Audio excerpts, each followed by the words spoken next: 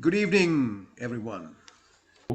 This is your occasional series of interviews with our writers from Denim Press. My name is Shane Joseph, and I'm the publisher at Denim Press.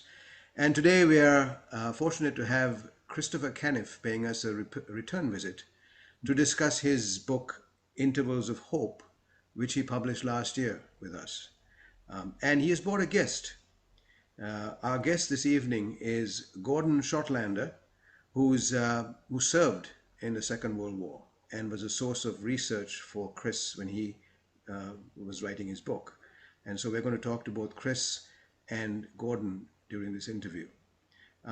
So I have a few questions for the two of you, gentlemen. I'll start with you, Gordon. Okay. Were you deployed in the same locations mentioned in this book during World War II?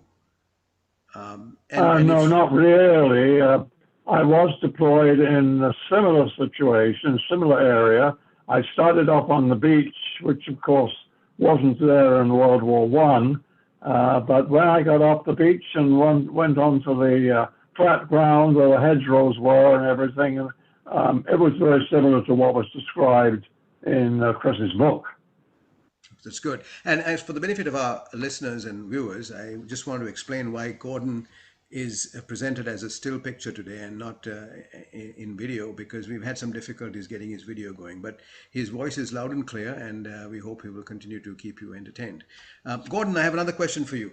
Today, we drown in too much information, right? It comes from all over the place, the internet and so on.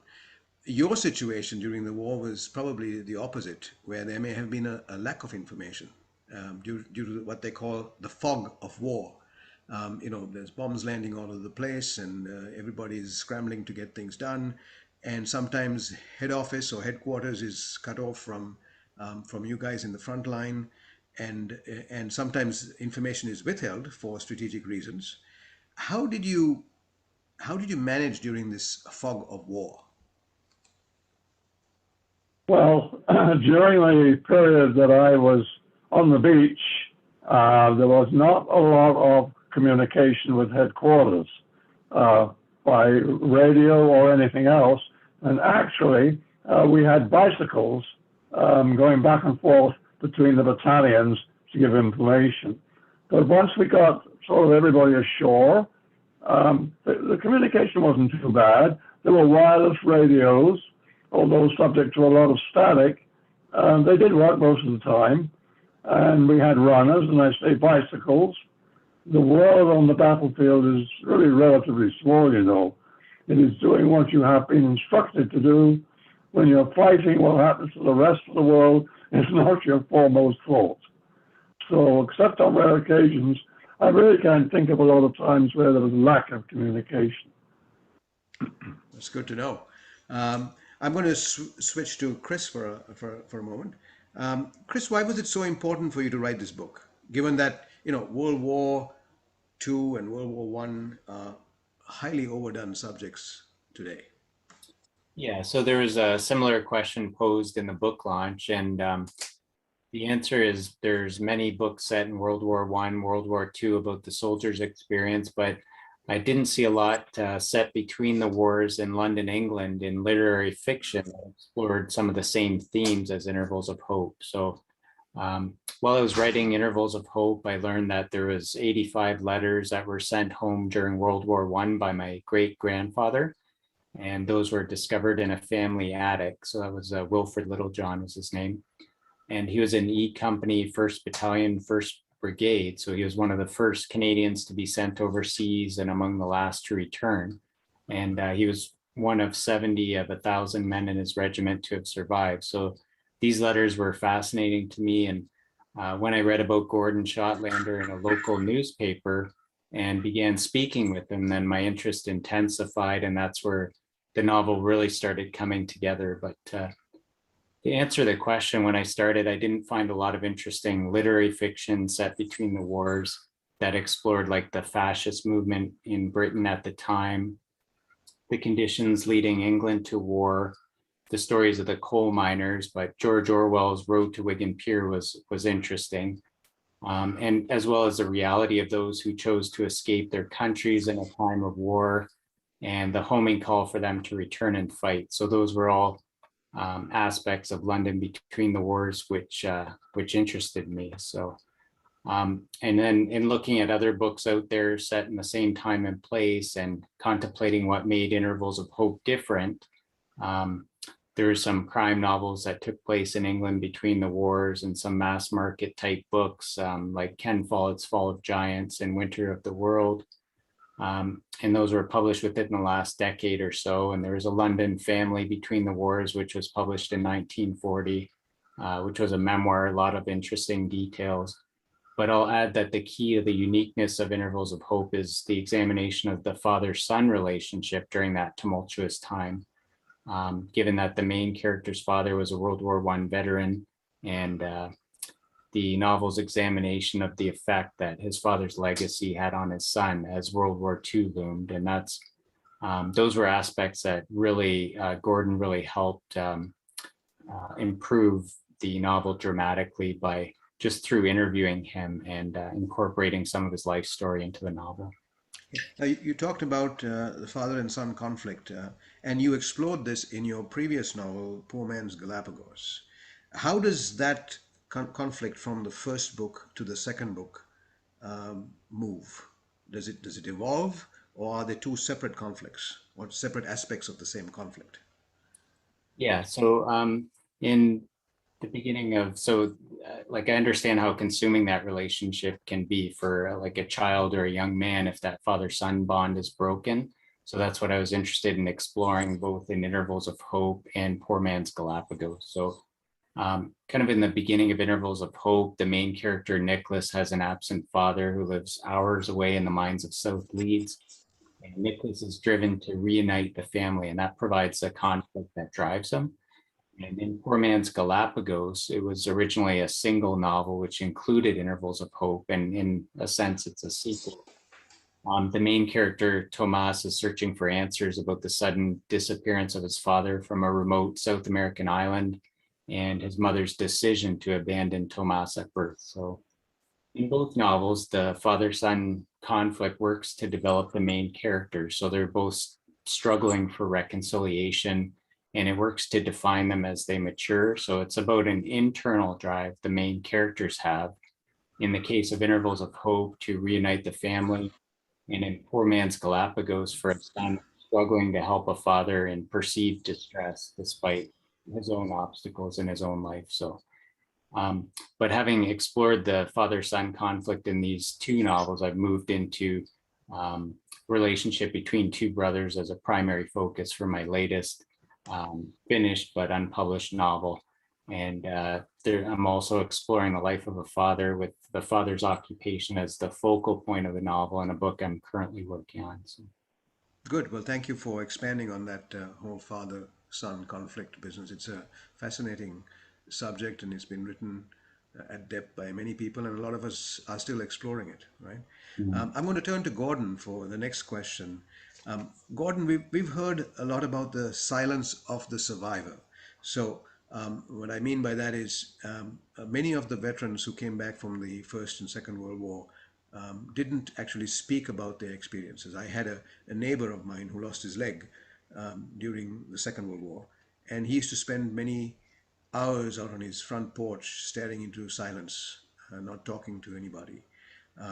And in later wars, like in Vietnam and Korea and Afghanistan and so on, we've had so many books come out by veterans pouring their hearts out about what happened during those conflicts. And it seems like there's a gap between the First and Second World Wars, where everything was silence, and then everything that came after that is one big tell-all kind of situation.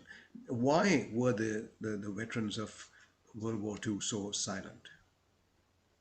Well, I really can't speak for anybody else but myself, but I would remind you that there's a long history in England, Britain, that the generations of men in general were quiet about their exploits because people would think they were boasting.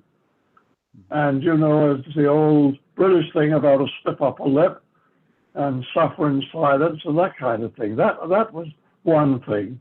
And the other thing is that it was very hard to remember some of the events that happened, especially on the beach where some of my friends were killed or wounded. And I just couldn't bring it forward into my mind to discuss it with anybody. And I was thankful in the long run that Chris got me talking, because if he hadn't, I don't know whether I ever would have done so. But that's the old British generations of men that never boasted, never said anything about what they did, suffered in silence, and that's what happened with me until Chris came along and changed everything for me. And then, of course, on top of that, then social media came along, and that changed everything for future wars. That's about all I can tell you at this point. Yeah, that's a fair explanation. I know it's a hard one to ask, but are there any memorable memories? What was your most memorable memories of wartime, the good or bad? Oh, unquestionably, the worst was the landing on the beach. I mean, you're sitting in a boat offshore, and it's rough, and people are seasick, and you know as soon as the front goes down, you're going to be machine gunned. That's my worst memory, unquestionably. My best memory of the war is the comradeship of the men beside you. The way you live with them, right on top of them, do everything with them, work with them, laugh with them. Those are the only benefits I can think of in the war. Wow, that is something. I'm obviously, my generation will hopefully never experience that, but I'm pretty sure it's something that makes you folks stand out. I'm going to switch back to Chris for a moment. How has this book been received so far? In the light, Chris, of another war suddenly breaking out in Europe, are people suddenly interested in this book again? Yeah, so the book's been well received for the characters and for some of the detailed research that went into it. So I spoke with David Adams Richard recently, who was the Governor General Literary Awards winner and co-winner of the Giller Prize, just about providing a quote for the back of the book. So he did that, and so that was a very nice thing. And I've also got some just a lot of feedback from some of the Royal British Legion branches. There's like Mansfield branch, Seaham branch, Pageton branch, and so that was very nice to see, like a lot of positive feedback from them and a lot of interest out there. So the short answer is there seems to be a lot of interest out there in the novel, especially in light of recent world events. Good to know. Now let's talk about collaboration. You are of one generation and Gordon's of another generation, and you had to collaborate on this book. Did you have differences of opinions given your generation gap, and how did you kind of resolve that? Yeah, so like we discussed, the key element of the novel was the father-son relationship. So in the first drafts of the novel, the father wasn't fully formed. He was kind of a stale character and lacked substance that would make any good conflict between him and his son. But when Gordon graciously agreed to be interviewed for the book, as Gordon's a veteran of World War II, as you mentioned, who lived in England between the wars, and his father was a soldier in World War I, this paralleled the novel's main character. So we had many wonderful conversations that I'll always remember. And Gordon was highly trained as a British Commando, like a special operations force that was formed by Churchill to engage in secretive and dangerous missions. He was a commissioned officer who stormed the beaches on D-Day. Just an amazing and humble man. It's been a real blessing to know him, and a lot of his story comes through in the book. So Gordon sharing his experiences with me, it enriched the novel in so many ways. His wartime experiences, living in London in the 30s, Gordon's relationship with his father. So that's all part of what provides a book with authenticity and makes it unique. But as far as any differences of opinion or given our generational gap, I didn't note any, but just have a profound respect and admiration for Gordon, and I thank him for his service and all that he had to endure in the fight for our freedoms. And Gordon, given that my generation and perhaps Chris's generation have never fought in a war, what's the advice you would give us? Well, to try, wars are not caused by the average citizen, the average person. They're generally caused by a few megalomaniacs who are obsessed with their own power. Men like Hitler and Mussolini and Stalin, and now Putin. And what advice can I give you? We don't cause wars. It's the people on top who cause the wars. The average citizen should try, and I hope always will, elect people who want to have peace and work for peace. Not much else I can tell you on that, I think, but I'd like to thank Chris very much for his kind words. There was never any difference of opinion between us. I enjoyed talking to Chris, and I've enjoyed his book very much indeed. Very good. That's good advice. And so, given what we're seeing today with Russia in Ukraine, do you think we are entering a period of perhaps World War III?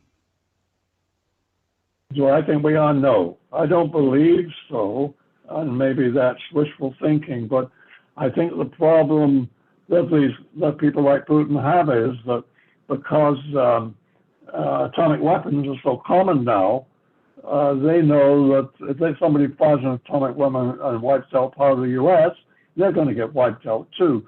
I don't think World War III is going to be a war of boots on the ground. I think it's going to be a war that will hopefully not destroy mankind altogether, but will certainly kill a lot of people. I don't think personally we're heading for World War III. I hope not, anyway. Well, that's reassuring to hear that from you.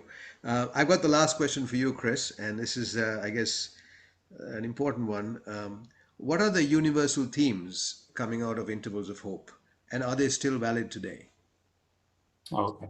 So, yeah, some of the themes in Intervals of Hope are duty, responsibility, cowardice, abandonment, and the disparate paths to becoming a man of honor. So these are all still valid today. The novel not only explores those brave men who fought in the world war, such as Gordon, but also those who chose to escape the fighting and how that affected their lives. So how they live with the guilt and remorse of cowardice and abandonment. So there is a book on Canadians who deserted the battlefields during World War I, which I found interesting, and that forms part of the conflict that two of the characters face in the novel. So so there's bravery and cowardice, good and evil, and the varied aspects of life today that people struggle with. So there's also the effect that a father's life has on his son, and that's explored, and that forms a major theme in the novel. So it's still valid with subsequent generations. Good. Yeah. Well, that's good to know. And with that, I think we'll wrap today. I want to thank both of you, especially Gordon, for braving the challenges of technology in today's generation to be with us today. I know it was pretty challenging to try and get on this connection. We've tried a couple of times. Yeah, I'm sorry about that. No, but that's fine. Your voice was loud and clear, and I think we will work with that. I also thank Chris for his participation again on talking to us about his book. And I also want to wish him well with his third book that hopefully will come out someday soon. And with that, I hope you've had some kind of all of you watching, some kind of a understanding of what it was really like during those wars. You heard from a man who's been there himself, and from Chris's bold attempts to try and capture that in this book, which does good justice to both World War I and World War II, and the implications of somebody who moved out of Great Britain to Canada and tried to make a life for himself here. So with that, I wish you all the best, and hopefully you'll tune in for other interviews like this with our authors on interesting topics coming up. Thank you very much, and good night. Night. he describes the landing on the beaches on D-Day very accurately. Being in a war, and particularly being in a battle like the land on D-Day, and like some of the battles that Chris so adequately wrote about, it's a very narrow concept. You don't have much or care much about anything that's going on around you, simply fighting and doing what you can to stay alive. Now, the communication was fairly good. We had radios that we could get in touch with our battalion headquarters and things like that. It was okay. We got our information, and we had men running, runners, and we had men on bicycles. So communication was good. As far as communication with the outside world, there was none of it. It wasn't there, and nor did we know of it. We didn't expect it. It never happened in our lifetime. Nothing like what we've got today. So, yes, communication was okay as far as I was concerned at the local level of the battle and the fight. Just as Chris said, you're aware of everything that's going on around you, but you're not aware of anything outside that sphere of activity.